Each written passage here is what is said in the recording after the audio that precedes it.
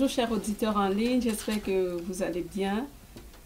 Je suis contente d'être avec vous aujourd'hui. J'espère que vous avez passé une excellente semaine. Je vous souhaite la bienvenue à notre rencontre hebdomadaire.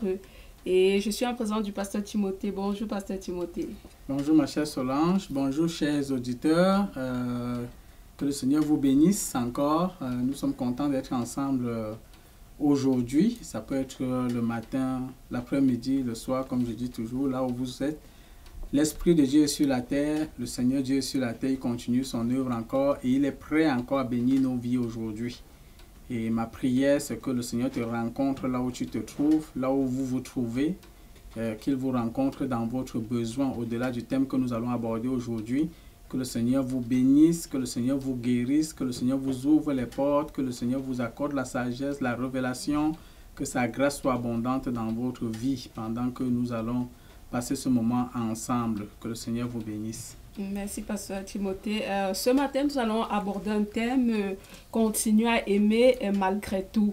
Et le Seigneur Jésus, dans la parole de Dieu, dans Marc au chapitre 12, le verset 30, il est écrit « Et tu aimeras le Seigneur ton Dieu de tout ton cœur, de toute ton âme, de toute ta pensée et de toute ta force. Voici le second. Tu aimeras ton prochain comme toi-même. » Amen. En fait, nous voyons que l'amour est au cœur de la parole de Dieu. Nous devons aimer le Seigneur de toute notre pensée, de toute notre force et aimer notre prochain comme nous-mêmes. Mais c'est vrai que dans la pratique de l'amour, ce n'est pas toujours facile. Lorsqu'on est en relation avec des personnes, ça peut être des relations amicales, ça peut être des relations dans le couple. La relation n'est pas toujours facile, mais nous devons continuer à aimer malgré tout parce que c'est un commandement, c'est une recommandation que le Seigneur nous donne. Et aujourd'hui, nous allons aborder ce thème, continuer à aimer malgré tout. Qu'est-ce qu'on peut rapporter pour continuer à aimer malgré les différences, malgré les situations qu'on ne comprend pas. Donc ce matin, nous allons nous attarder sur le thème et le pasteur va nous donner des astuces pour continuer à aimer malgré tout. Pasteur, pour continuer, j'aimerais vous poser la question, c'est quoi l'amour et pourquoi c'est si important? Déjà, si on part même déjà sur la base de la portion d'écriture que tu viens d'aborder, qui est la parole du Seigneur Jésus lui-même, ce qu'il dit, c'est que nous devons aimer le Seigneur de tout notre être, de tout notre cœur, de toute notre force, de toute notre pensée, de tout ce que nous possédons. On voit là qu'il y a une relation verticale, c'est-à-dire qu'une relation de l'homme. Dieu vient vers nous, mais nous avons quelque chose que nous pouvons offrir à Dieu qui est l'amour. Et nous voyons qu'il y a la dimension horizontale, c'est-à-dire l'amour envers notre prochain.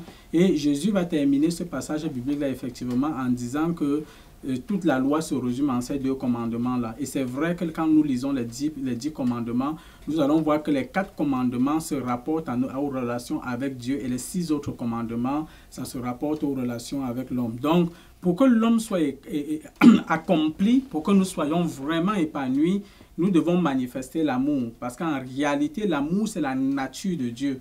Lorsque nous manifestons l'amour et lorsque nous vivons dans l'amour, et c'est ça qui est le désir de tout être humain, c'est de se sentir aimé, c'est de pouvoir aimer. Et ce que nous voulons, c'est un monde dans lequel il y a le véritable amour.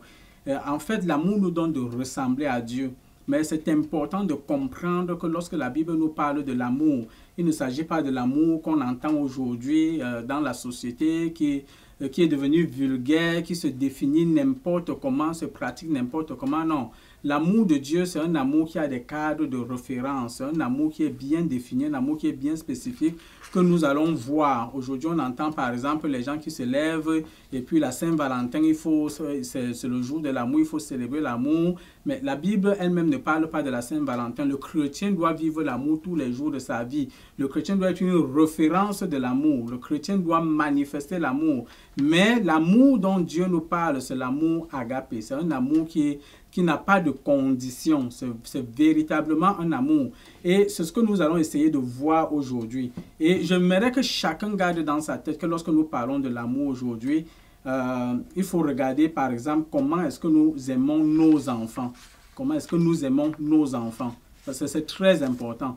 Donc, ce n'est pas l'amour de l'enfant que nous allons voir aujourd'hui, mais nous allons voir l'amour dans la dynamique des relations, que ce soit les relations de couple ou les relations de famille. Mais fondamentalement, nous allons entrer dans l'Écriture pour voir comment Dieu aimerait que nous vivons l'amour, que nous puissions pratiquer l'amour et que nous puissions nous supporter dans l'amour, que nous puissions bâtir des relations d'amour qui sont gagnantes et qui sont des véritables témoignages vivants dans la société d'aujourd'hui. Et je peux vous dire que c'est possible d'aimer de cette façon-là. Dieu nous a montré le chemin et c'est ce que nous allons explorer ensemble. Ok, merci Pasteur Timothée pour ces éléments de réponse. Et en fait, je repose la question, c'est quoi l'amour? Selon la parole de Dieu, c'est quoi l'amour? Ok, si nous voulons regarder l'amour selon la parole de Dieu, nous allons dire que l'amour, la Bible dit que Dieu a manifesté l'amour en donnant son Fils unique qui est venu mourir sur la croix pour nous. C'est-à-dire que l'amour, c'est le sacrifice du don de soi pour le bien de l'autre. C'est ça l'amour. L'amour, c'est le sacrifice de soi-même pour le bien de l'autre. L'amour, c'est lorsque on peut s'investir dans la vie de l'autre pour voir l'autre heureux, pour voir l'autre épanoui, pour voir l'autre béni. Et c'est pour ça que Jésus pouvait aller plus loin dans la parole. Si vous vous souvenez bien, il a dit, il n'y a pas de plus grand amour que de donner sa vie pour ses amis, que de donner sa vie pour ses frères. Donc, l'amour est toujours accompagné du don. L'amour est toujours accompagné du sacrifice.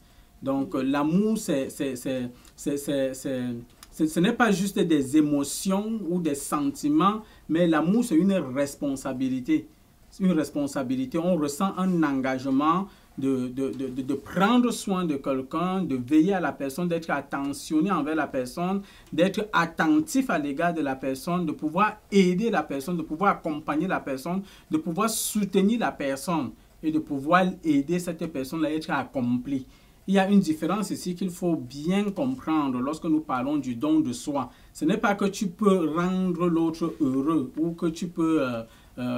comment je veux dire ça, un être humain ne peut pas combler les besoins d'un autre être humain. C'est Dieu qui comble tous les besoins en amour, mais Dieu va nous utiliser et Dieu a besoin de nous utiliser et nous devons être disposés pour être utilisés. Dans les relations réciproques, Dieu veut se servir de moi pour apporter quelque chose dans ta vie. Dieu veut se servir de toi pour apporter quelque chose dans ma vie. Et c'est pour ça que Dieu nous a tous dotés des talents, qui nous a dotés des dons et qui nous a remplis de diversité, de multiplicité, de bénédictions, en sorte que personne n'a tout seul.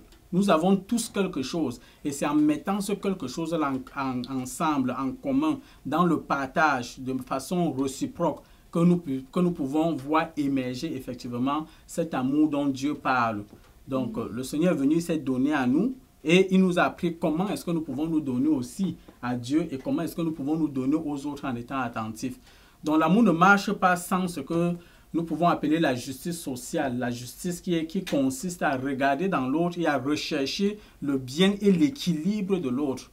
Donc, bibliquement, quand nous regardons, l'amour de Dieu consiste en cela. Et l'Église de Dieu est appelée à cette responsabilité, à manifester cette responsabilité-là. C'est pour ça que quand on lit aussi dans le livre de Jacques dit que nous ne pouvons pas aimer sans les œuvres. Les œuvres démontrent l'amour, c'est une dynamique. Il y a la dynamique de j'aime, je me sacrifie, j'aime, je donne. Et c'est Gandhi qui a dit que parmi les 7 péchés capitaux, selon lui, il disait qu'il ne peut pas avoir d'adoration sans sacrifice. Donc, tu ne peux pas dire qu'il y a d'amour sans le don. Aujourd'hui, de plus en plus, les gens disent j'aime. Mais en réalité, lorsque les gens disent j'aime, il y a des éléments importants qu'il faut regarder, mais 2 éléments principaux. Parce que dans l'amour, il y a toujours l'élément intentionnel, mais il y a aussi l'élément de l'objectif. C'est quoi l'intention quand je dis j'aime? Et c'est quoi l'objectif que je veux atteindre dans le j'aime?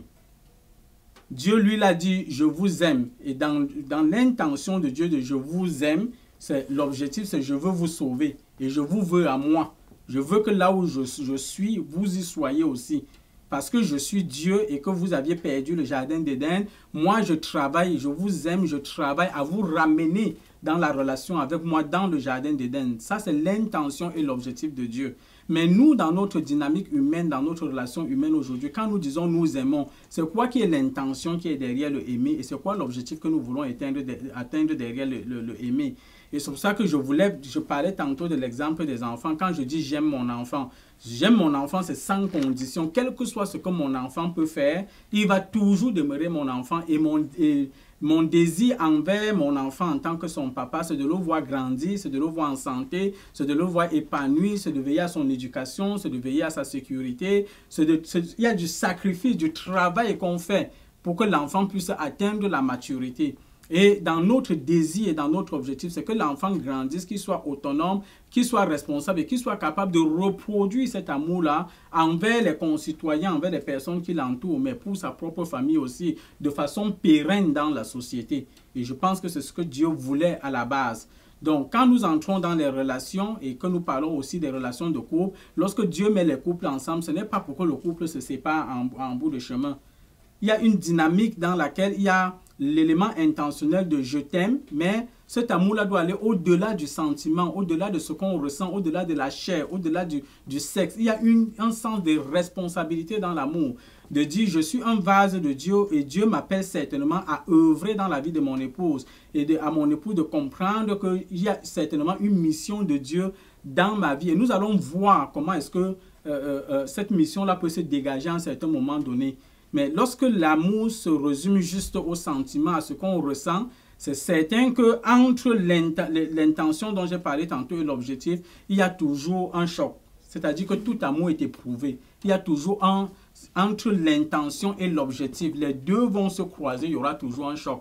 Donc, quand on dit j'aime, si tu aimes quelqu'un à cause de son argent, le jour où la personne n'a plus l'argent, c'est à ce moment-là que tu vas réaliser que entre ton intention et ton objectif, ce que tu appelais amour n'était pas réel. Parce que l'argent qui était la source, qui était le déclencheur de cet amour a disparu. L'amour aussi va disparaître. Tu peux dire j'aime une femme, j'aime mon épouse, mais je l'aime parce qu'elle a un corps, elle est très fine et ainsi de suite et tout. Mais ça aussi, ça va être éprouvé. À un certain moment donné de la vie, pendant que tu grandis avec ton épouse, oui, tu vas en prendre soin et tout. Mais qu'est-ce qui va se passer si elle commence à prendre du poids? Là, tu vas la regarder, tu vas te dire, mais elle n'est plus la femme que j'avais aimée, elle n'est plus la femme que j'avais choisie, parce que dans ton intention et tes objectifs, tu voyais en elle, tu avais une autre image que tu voyais en elle. Si tu aimes quelqu'un parce que la personne occupe un grand poste, mais attends-toi, cet amour va être éprouvé lorsqu'il n'y aura plus ce poste-là. Si tu t'épouses une personne parce que tu te dis, je l'épouse pour faire des enfants, parce que je veux juste faire mes enfants. Qu'est-ce qui arrive s'il n'y a plus des enfants? C'est que tu commences à regarder la personne avec un autre regard. Or, l'amour de Dieu ne doit être basé sur aucun élément de cette nature-là. Il faut aimer la personne pour ce qu'elle est. Pour ce qu'elle est, pour ce qu'elle est et pour ce qu'elle est. Donc ça, c'est très important. C'est ce que la personne est, au-delà de l'enveloppe qui peut couvrir la personne. Quand tu épouses quelqu'un pour ses valeurs, quand tu épouses quelqu'un parce que tu connais les valeurs de la personne, ça va être difficile que le mariage soit éprouvé parce que si tu épouses les valeurs de la personne, si tu partages les mêmes valeurs avec les personnes, c'est certain que les valeurs vont rester. Vous allez entretenir la valeur, la valeur va soutenir le mariage. Donc, c'est important. C'est pour ça que la parole de Dieu dit que le charme d'un homme, c'est sa bonté. Donc oui, un homme peut avoir beaucoup d'argent, beaucoup de richesse et tout, mais la bonté, c'est quelque chose que quand un homme est bon, il est bon. Donc sa bonté, ce n'est pas du jour au lendemain que la bonté va le quitter.